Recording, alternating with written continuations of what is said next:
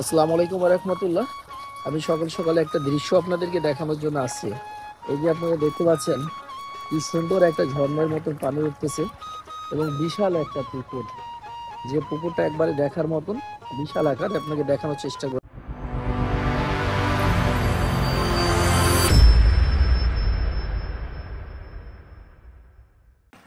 কত সুন্দর করে পানি উঠছে, মনে হচ্ছে ভিতর থেকে দেখছেন কি পরিমাণ পানি উঠতেছে।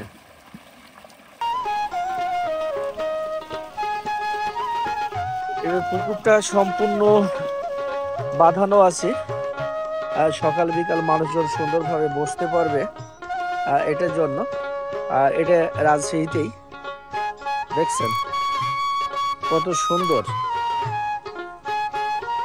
মনে হচ্ছে সেই ঝর্ণার পানির মতো।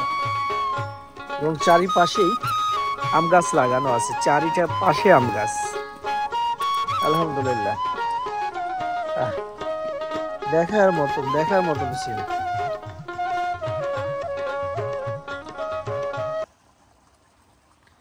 চারি সাইডেই কিন্তু বাঁধানো আছে, হচ্ছে পাহাড়ের ঝর্ণা দেখতেছি।